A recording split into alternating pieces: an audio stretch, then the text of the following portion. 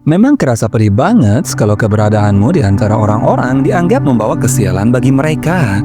Misalnya dalam kelompok kerja, dalam keluarga, atau pertemanan. Padahal kamu ngerasa gak pernah ngelakuin dosa. Bahkan saat kamu ngerjain suatu pekerjaan, kamu selalu ngerjain semuanya dengan sangat hati-hati dan teliti. Kamu gak tahu kenapa orang-orang selalu aja mendapatkan keburukan dan keapesan tepat di saat kamu berada di antara mereka.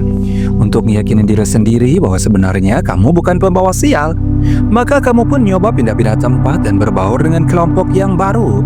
Namun lagi-lagi orang yang berada di sekelilingmu selalu mendapatkan berbagai musibah yang datang gak tahu dari mana asalnya.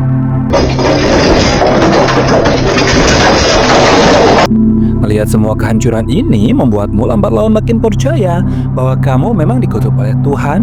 Selain karena ngerasain kesedihanmu yang mendalam untuk nasibmu yang buruk, kamu juga ngerasa bersalah dan ngerasa bertanggung jawab atas keapesan yang dialamin oleh yang lainnya. Kamu berharap jika memang Tuhan berkehendak untuk kasih musibah, cukup kamu doang yang ngerasainnya tanpa mesti bawa-bawa orang lain. Alhasil, lambat laun orang lain pun akan segera nyadar bahwa semua kesialan ini ternyata berasal darimu dan mereka geram kepadamu karena hal itu. Mereka pun mulai dengan perlakuan yang gak nyenengin, mulai dengan kata-kata yang kasar, gak ngehargain hingga ngucilin kamu. Semua itu mereka lakuin agar kamu bisa terusir dari kelompok mereka. Shut you up! Hey! Wow. Hal itu tentu membuatmu trauma dan ngerasa takut untuk berbaur lagi sama orang lain karena khawatir bisa nyusahin mereka. Namun bagaimanapun juga, kamu gak mungkin selamanya terus berada di bawah selimut di dalam rumahmu. Tentu aja kamu butuh orang lain untuk memenuhi kebutuhan hidup, misalnya untuk bekerja. Karena kebutuhan yang mendesak itu, kamu pun tetap maksain diri untuk bergabung dengan orang dengan harapan bahwa kali ini kamu akan lebih beruntung dari sebelumnya, namun tiada yang berubah. Orang-orang selalu dapat keburukan begitu kamu masuk kelompok mereka dan kamu akan dianggap pemakan angka dan mereka yang terkena getahnya. Tentang kesialan yang kamu alamin ini sebenarnya bukan masalah dikutuk atau diberkati, tetapi karena memang terdapat sesuatu yang salah dalam dirimu. Namun alih-alih nyari tahu kesalahan itu dan memperbaikinya, kamu malah serta-merta menyalahkan Allah dan berpikir buruk mengenai diri sendiri. Berikut ini akan dijelaskan padamu beberapa kebiasaan yang sering kamu remehin namun nyatanya bisa ngancurin hidupmu, juga ngancurin hidup orang lain.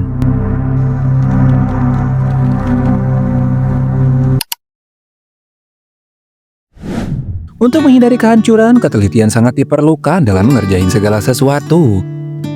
Misalnya saat menjahit pakaian, mencatat, ngerapihin, atau membersihkan barang, kuncinya adalah dengan konsentrasi. Gak perlu terburu-buru dalam pekerjaanmu cuma karena kamu ngerasa diperhatiin oleh atasan dan mandormu. Karena percuma aja kalau pekerjaanmu cepat selesai namun hasilnya hancur tak karuan.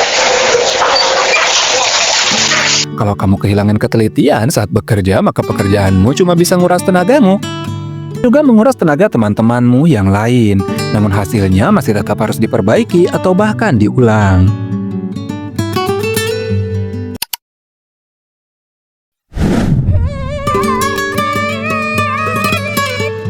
Saat kamu menganggap setiap kegagalan yang kamu alamin sebagai sebuah kutukan, maka kamu gak akan bisa ngelepasin diri dari kegagalan itu.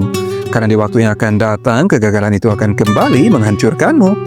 Yang benar adalah kamu mesti ambil pelajaran darinya. Cobalah untuk kembali mengingat-ingat detail di masa lalu, terutama masa-masa di mana kamu sering ngalamin kegagalan.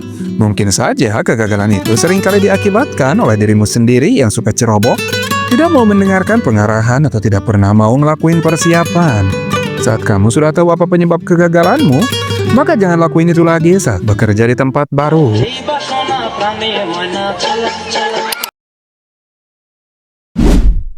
Cuma karena kamu udah tahu dikit tentang seluk-beluk sebuah pekerjaan, bukan berarti kamu sudah ahli atau berpengalaman dalam pekerjaan itu.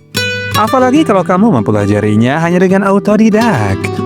Misalnya, saat kamu baru bisa menghidupkan mesin jahit, bukan berarti kamu bisa membuat segala jenis baju. Karena apa yang kamu pelajari di tempat kursus atau perkuliahan bisa jadi berbeda dengan apa yang ada di tempat kerja. Meskipun memang benar bahwa kamu sudah ahli, namun kamu harus bisa tetap tunduk dan menerima saran-saran dari atasanmu. Jadilah seperti gelas yang siap untuk menerima tumpahan air dari atasan. Saat kamu memasuki dunia pekerjaan, anggap saja kamu tidak tahu apa-apa dan sangat membutuhkan bimbingan dan pelatihan dari atasanmu. Jangan sok pintar atau semaunya sendiri kalau ujung-ujungnya cuma bisa ngerepotin orang. Kamu bukanlah pembawa sial. Jahat banget kalau ada orang yang mengatakan hal itu padamu.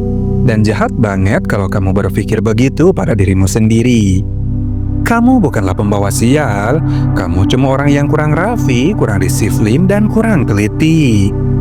Selama masih memiliki 3 penyakit di atas, siapapun orangnya akan terus menghancurkan apapun yang biasa ia sentuh. Lupakan kutukan Tuhan. Tuhan tidak pernah mengutukmu. Jika Dia mengutukmu, maka saat ini kamu tidak mungkin masih diizinkan untuk hidup. Kamu hanya perlu memprogram ulang alam bawah sadarmu.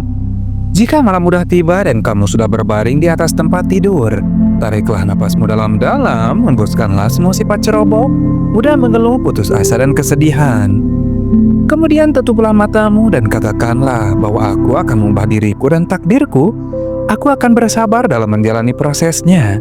Lakukan itu setiap malam sampai akhirnya kamu terlelap, dan setelah bangun tidur tersenyumlah. Dan hadapi dunia dengan jiwa yang baru, semangat yang baru, dan cara kerja yang baru.